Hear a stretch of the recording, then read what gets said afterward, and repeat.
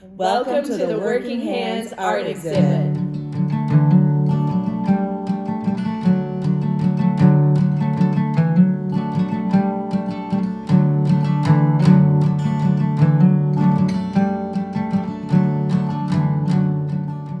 Hey everyone, this is Jessica from Sculpted Roots. I am a custom fabricator, welder, and metal sculptor.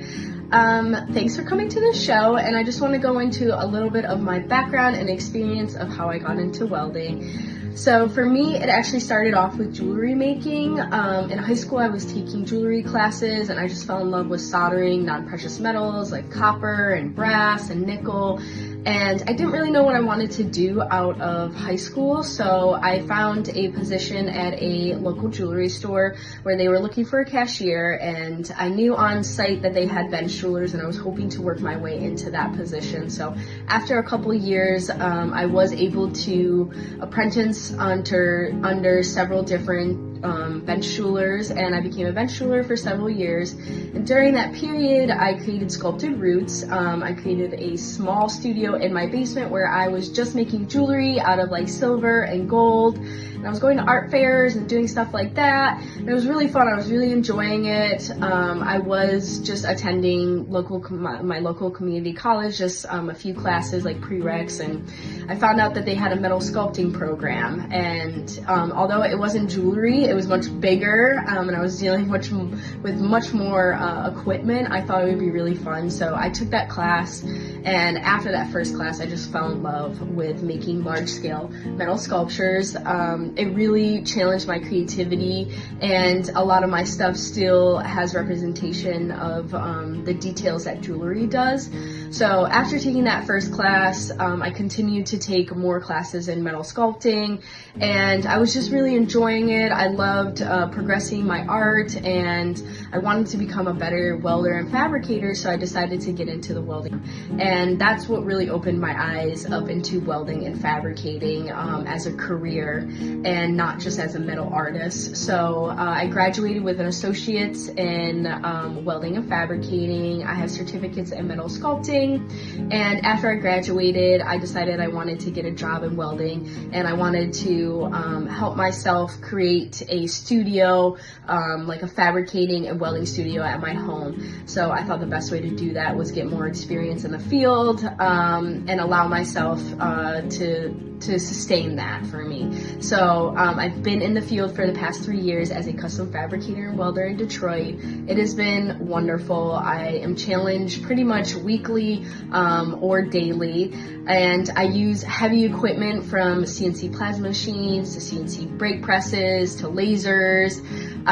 So a lot of the stuff that I build is like large scale hanging signage for grocery stores, Home Depot, Little Caesars Arena, a lot of universities. I'll do shelving units for them. We do a lot of their display cases as well. So I love TIG welding, MIG welding, and stick welding. My preferred process is aluminum TIG welding.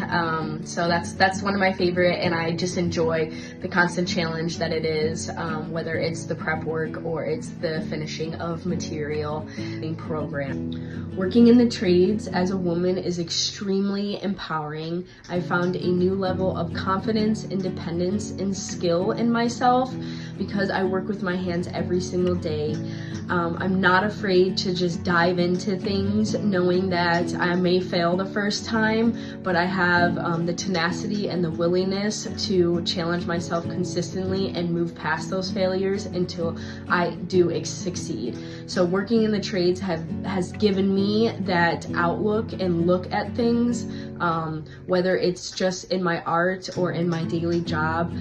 It has actually moved into my daily life now as well.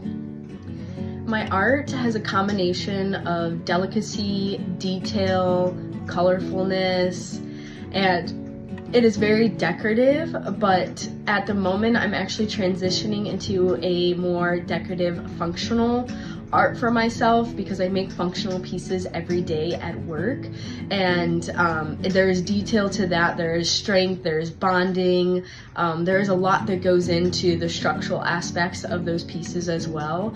And so I'm at a point that I am developing my skills and my art as well within that skill that I've learned these past 3 years being a custom fabricator.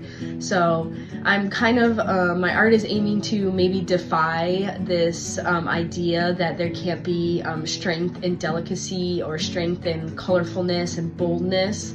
So with the quality of work that I'm doing consistently at work and within my art, it really aims to just bring it all together and give you an emotional and spiritual connection and experience with every piece that you look at. I am all about women empowerment and women working in all trades. So for me, working hands is having no limitation of how dirty you're getting, how tired you get. It's pushing yourself past that limit of your emotional and your physical limits for the outcome that you're looking for, that you know is authentic to yourself because you created it with your own hands. So working hands, it comes from my family as well, a blue collar family of my own, but it's really just continually to push those stereotypes and those limits that not only women but men can have as well, and pushing it for a better outcome, whether it's personal, whether it's for somebody or it's for the society as a whole.